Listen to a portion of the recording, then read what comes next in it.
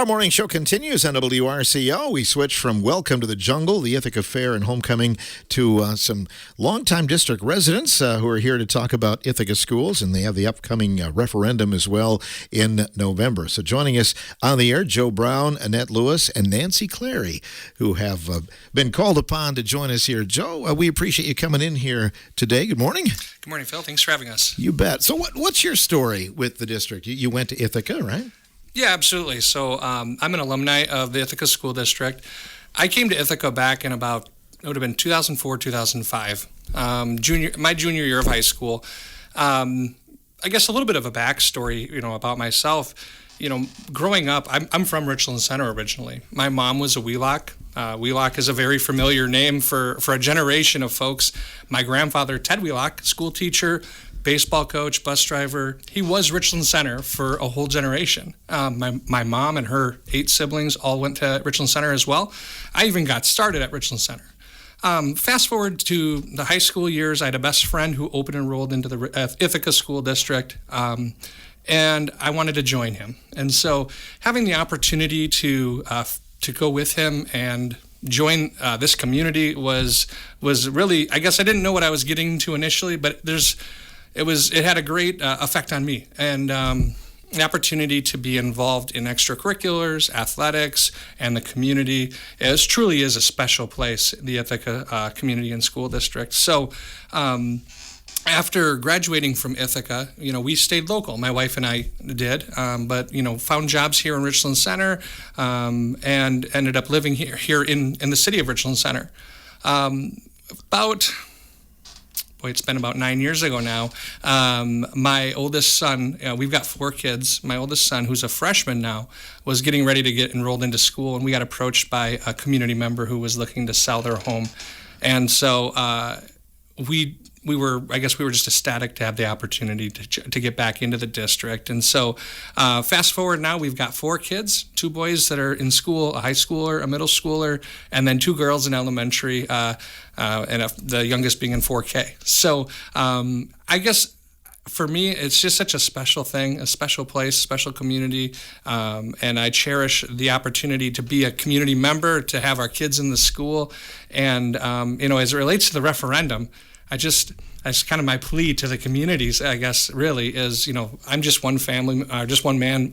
We're one example of many who have found Ithaca to be home, for lack of a better terms. And so, that's kind of our story, and we're pushing on, hopeful for the fall referendum. You're on the school board as well. And I think when you're not on the school board, sometimes you don't know all the behind-the-scenes things. You're thinking, it's easy, just balance the checkbook, but it's there's a lot more to it than that. 100%. I think when you hear operating budget, you think, oh, man, it's just a matter of paying your bills. And if you're going to an operating referendum, you're just not doing a good job of managing your expenses. Like a personal checkbook, if you're not making enough money, you got to cut expenses. And the school funding is very different than personal. Truly, it is. We've looked at ways to cut costs, and we've been very proactive over the last couple of years here. But it's a balancing act, because state aid is driven, or it's based off of your spending. So if we were to be proactive in a way and cut some costs, in turn, then the next year the state may not provide us with the same amount of aid. So there's just a lot of factors as it relates to revenue and expenses and operating the district in a healthy manner. We've experienced declining enrollment. We know the story of state aid since Act 10. And then inflationary costs, so operating has become more expensive. Our enrollment sizes have declined. It's really not as simple as, well, you're just not managing your books well. Mm-hmm. And things continue to go up. I think about staffing and everything else. Salaries have to keep up with the cost of living and everything. Absolutely right. And, we want to retain our great staff. We've been fortunate to have a number of really, really great employees up and down throughout the whole building. And in doing so, whether it's insurance or payroll, you have to remain competitive, and those costs continue to go up. I know you were involved heavily with extracurriculars. I remember you had a great run in basketball, and so good memories there. But again, those programs are kind of synonymous with Ithaca, aren't they? Oh, absolutely. Memories for a lifetime. I remember back to 2006. Like you said, we made it to the sectional finals, a game away from state. But I had a blast playing football as well. I may or may not have toilet papered your home. I'm still not willing to admit anything, but just great memories to last a lifetime. Yeah, no doubt. Annette is here as well. Annette Lewis, we've had you here in other capacities, but here talking about the Ithaca District. We don't have to work hard probably to get favorable comments from you, do we? No, you sure don't. Everyone claims that my blood runs purple, and it kind of does. I hope I'm known as a person to solve the problems. If there's a need, whether it's the flower bed needs to be decorated for homecoming, whether you need a kid that needs an uplifting moment, I'm hoping that I've been there for them. For instance, I just met a young lady again at Pine Valley. My mom's at Pine Valley, and the young lady was at Ithaca, and I knew her from Ithaca, and a student. I says, "Oh, it's so great to see you here," and I thanked her for being in the healthcare profession, which is very needed in this area. And it was great to see a student from Ithaca working and staying in the community. So that was a positive. That just happened yesterday even. We are pushing for this referendum, and we want everyone to go out and vote because we feel that our school is the soul heart of our community, of Ithaca. And Ithaca wouldn't be what it is if it wasn't for the school. So that's why we're recommending everyone to go out and back the referendum, to vote yes, so that we can continue with the history of our school. And yes, I go way back. My folks graduated from Ithaca. I graduated from Ithaca. My kids graduated from Ithaca. And I've had nieces and nephews graduating from Ithaca who have gone on out in the world. The one niece is Air Force and works right along and videos the United States president. So I think people need to understand what our school has produced in young people in the community and in the world. Isn't it interesting to see where people land? Yes. And it's not just sports. Right. They haven't landed in sports. I mean, they have landed in different areas. I got one niece is a teacher. One niece is a yoga instructor at a senior citizens place. My son has worked 30 years for a agricultural food company. And it just goes on and on. I know the Hanold boys have really gone out in the world and in the world of business.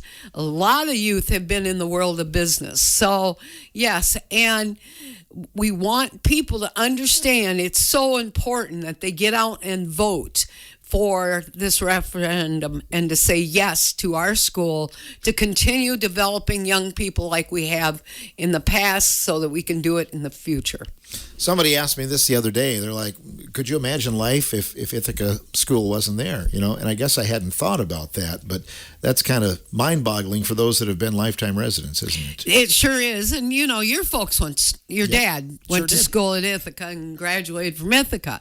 And, yes, it's mind-boggling. We don't know anything different. Right. And I hope I never do know anything different. that school needs to be there. That purple has to continue. You go up and down the halls there, and it's unique. You see all of those past graduates. Nancy Clary is here as well. You've got a few people on the wall that you're related to as you go down the halls of Ithaca, don't you? I guess so. In fact, as you mentioned that, one of my first things on my notes here is my grandfather was superintendent back in the early 1920s. And I did not know that. His picture is up there on the wall, too. So I go way back. Yeah, you do. What was his name? Arthur Schoonover. Okay. Yeah, sure. I've heard the name. And he was a teacher in many small schools within our region. I know Lafarge and Gays Mills and Soldiers Grove and all those older names, smaller schools, he was a teacher at, and then closer here in this area too. I married my high school sweetheart. He is from a family, Tom Clary. He's a family of 8. They all graduated from high school, and a few of them met their high school sweethearts there. My family, I'm from a family of 5. Margie, David, Larry, and Barb are my siblings, and 3 of them met their spouses in the school and married. I have now, at one time a few years ago, I was counting how many of our immediate family was involved in Ithaca, in the school district, would be a student there. There were 24 that year, and it would consist of the Clarys and the Nelsons. Okay, 24 kids potential to go through there. I now have 6 grandchildren. Tom and I do. 7, 8, and 9 are on the way. So some of them will be in the district. When Tom and I graduated from high school, we moved to Madison to enjoy or find out about the big city. We were there 3.5 years. Things happened at home so that Tom took over my grandparents' farm. And when we came back, I was hired as Ithaca's district secretary. So I worked under John Garner and Steve Waterman as they progressed through there. And it was awesome to see how the district works and get that background behind me. So I know about working with the budget and how important the referendum is, although I don't ever remember having a referendum back at that time. It just is awesome how much we're involved, and our whole life is based around Ithaca. I'm also a first responder, and I have been a responder for 20 years since they began, and we need to have a few people from the district or the area who would like to become involved in that, because over the years our numbers have went down because of age, basically. I'm getting up there to where I need to back off and let somebody else take over. So if there's anybody out there in the community who would like to become a first responder, please approach one of us. We usually have our shirts on so you know who we are, and let us know, because we need to get you involved.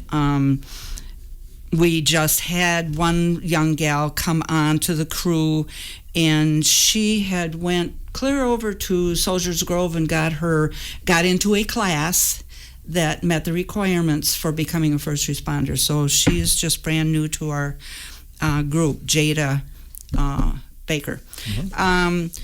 Going back to my family's connection with the school, our oldest son, Chad, was in the football program his entire career, going back from when they first began, was over 31 years. Then he retired with the health issues that he was going through, and now he's been back there since helping, so he's added a couple more years to his coaching history. Danny is he's the baseball coach, and we know what he's done over the last few years, taking that over, and he's very excited about the coming year. And we are very tied to the district. our daughter Jackie is a flight nurse with the med flights in Nashville, Tennessee. She absolutely loves the job and has been doing that for quite a few years. So her children are not in our district. Before she moved away, they were. Mm-hmm. So anyway. Quite a legacy there, you know, Yes. and I think back to interviewing coaches over the years in all sports, and they would say to me, someday they're going to run out of Clary's, you know? And to come up with that, okay? Sammy is our last child. Is that right?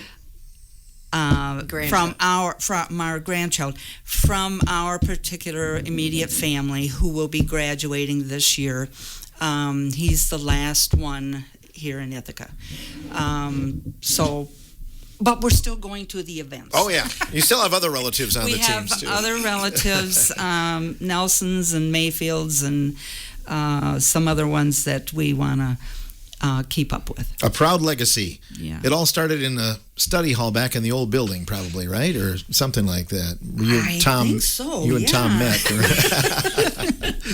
No, we met in 8th grade. Oh, in 8th grade. Okay. Yes, under Mrs. Shadowald was our teacher. Okay. And I had been, go back a little bit. I'm sorry, I'm taking more time. But when we moved back, we were in the Ithaca district.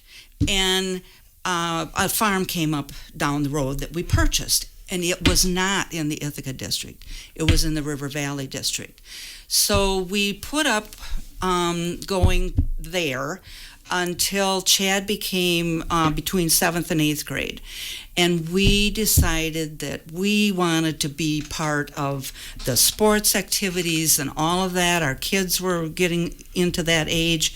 And so we, in those years, we had to petition each district, one to get in and one to get out of, go to the school boards, and we had to come up with equalized values of other people's land who were willing to make the exchange with us. Yeah. And so that happened back then, and that's when we became, our grandchildren and our children became students of Ithaca District again. You had to jump through a lot of hoops. You really had to want to be there to do that. We did. Didn't you? We wanted to be there. We wanted to be involved with all of our other cousins and everything, and Tom's huge family, and we just wanted to be there.